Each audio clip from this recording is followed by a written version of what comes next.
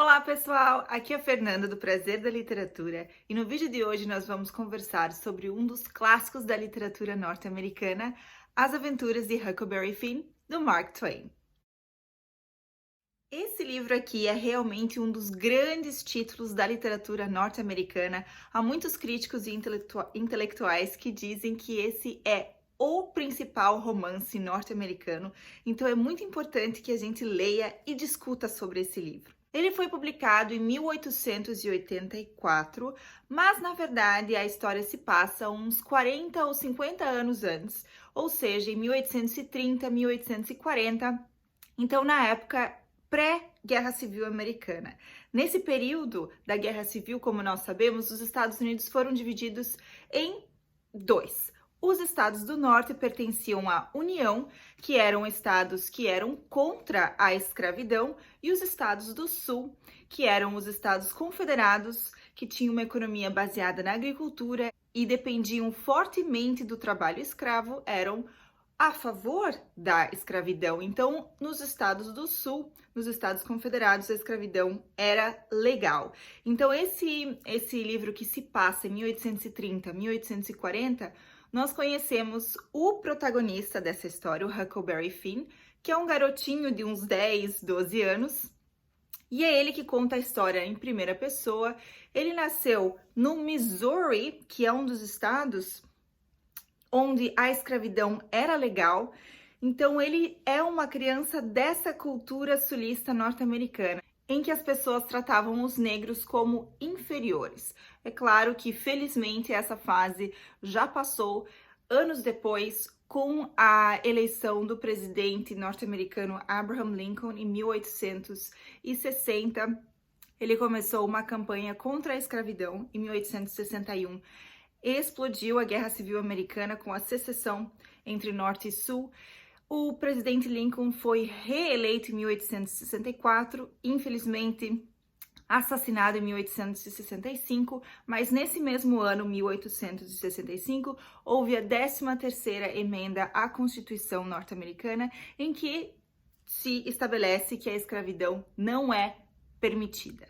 Por isso, nós temos que ler Huckleberry Finn, claro, com os nossos olhos e perspectiva do século XXI, mas lembrando que ele foi escrito no final do século XIX e que a história se passa no sul dos Estados Unidos pré-guerra, então em uma sociedade escravocrata.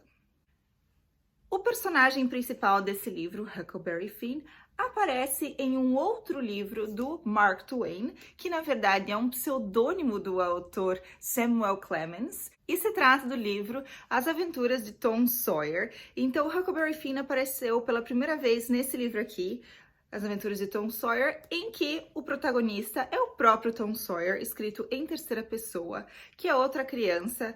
Esse virou também um dos clássicos da literatura infantil, infanto-juvenil norte-americana. E a partir desse livro, então, o Mark Twain resolveu criar uma história em que o protagonista fosse o Huckleberry Finn, e apesar de muitos identificarem essa história como uma história infanto-juvenil, ela vai muito além e se tornou um dos grandes clássicos da literatura mundial, principalmente pelo fato dessa discussão sobre a escravidão. Então, como eu falei para vocês, esse livro é escrito em primeira pessoa, então você imagine só uma criança de 10, 12 anos escrevendo em primeira pessoa e com todo o coloquialismo de uma fala de uma criança, com também os dialetos do sul dos Estados Unidos. Outros personagens que aparecem no livro, como por exemplo alguns escravos, têm um dialeto ainda diferente, então é algo inovador nesse livro do Mark Twain na época. E o livro começa com o pequeno Huckleberry Finn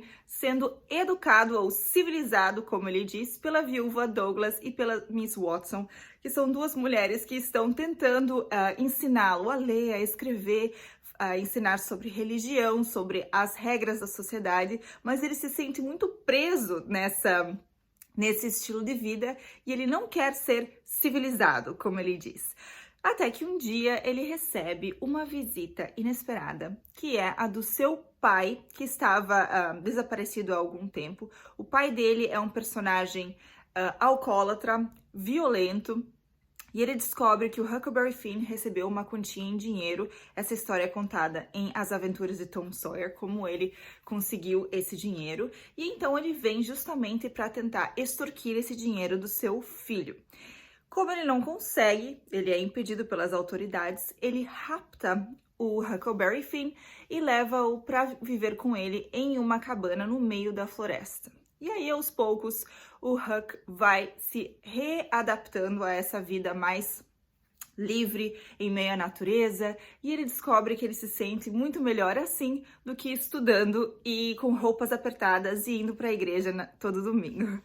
Mas aos poucos ele percebe que o pai dele está ficando muito violento, ele deixa às vezes o Huck trancado na cabana por dias e desaparece, enquanto o Huck fica sem ter o que comer, sem ter o que beber. Então ele sabe que ele precisa tomar alguma atitude e ele consegue bolar um plano para fugir. E eu não vou falar para vocês como que ele foge, é uma maneira bem Tom Sawyer, digamos assim. Então ele consegue fugir e ele encontra um barco e ele entra nesse barco e vai iniciar uma jornada pelo rio Mississippi, que é um grande tema e símbolo nesse livro. O rio Mississippi, que é um rio enorme, extenso, que corta os Estados Unidos de norte a sul. Então ele começa a sua jornada em Missouri e vai seguindo ao sul, pelo sul, em um barco no rio Mississippi, que é também resquícios da própria infância do Samuel Clemens, do Mark Twain. Ele trabalhou como piloto de barcos a vapor no rio durante muito tempo, e nesse período pré-guerra civil havia muito trânsito de barcos e ele se sentia muito livre durante essa parte da sua vida em que ele trabalhou no rio Mississippi. Mas é claro que com a eclosão da Guerra Civil, essas transações através do rio foram interrompidas. Mas nessa época em que a história se passa, o Huck desfruta dessa liberdade que é simplesmente velejar pelo rio Mississippi.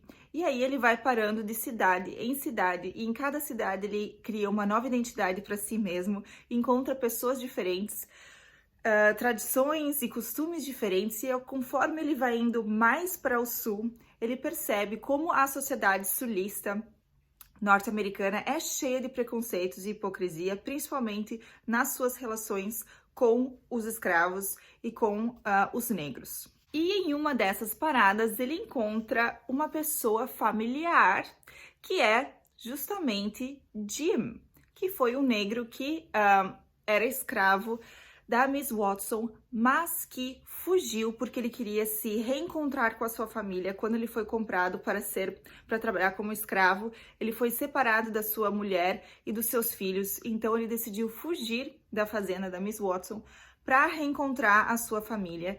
E o Huck, quando ele encontra o Jim, há esse impasse. Ao mesmo tempo que ele sente-se feliz em ter alguém familiar, alguém que ele conhece, alguém para fazer companhia nessa solidão que é o rio Mississippi, ele pensa que ele está fazendo algo errado, porque se ele sabe que o negro, o escravo que pertence a uma senhora branca fugiu, o que ele deveria fazer era alertar as autoridades, mas ele decide não falar nada, já que os dois são fugitivos, e eles então embarcam em uma jornada juntos, e é muito interessante ver como a relação dos dois vai se desenvolvendo e como a cabeça do Huck vai mudando aos poucos. A gente tem que lembrar que o Huck é uma criança que nasceu no Missouri escravocrata, então aos poucos ele vai se desamarrando dos próprios preconceitos e percebe que o Jim é uma pessoa, um ser humano como qualquer outro, com emoções,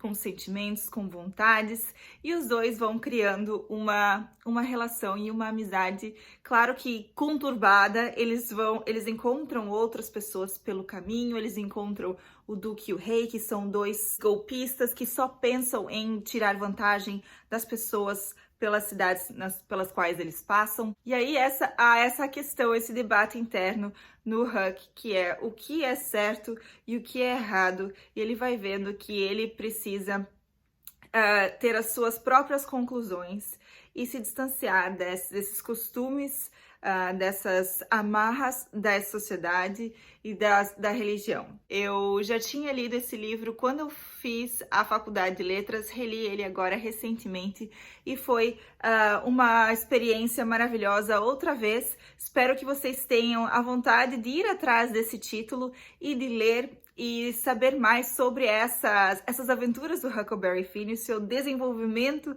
como personagem e como pessoa.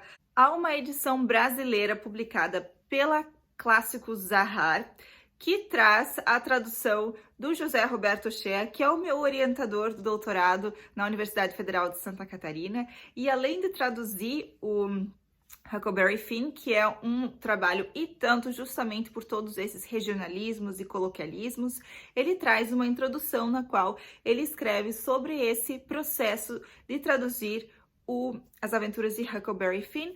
Eu vou deixar aqui embaixo no box de descrições os links para esses livros, o original em inglês e também essa tradução da Zahar do José Roberto Shea. Espero que vocês tenham gostado desse vídeo, de saber um pouquinho mais sobre esse clássico da literatura norte-americana e da literatura mundial. Se vocês gostaram desse vídeo, não se esqueçam de curtir, de comentar e de compartilhar. Se você ainda não é inscrito no canal, não deixe de se inscrever. Uma ótima semana a todos e, é claro, ótimas leituras!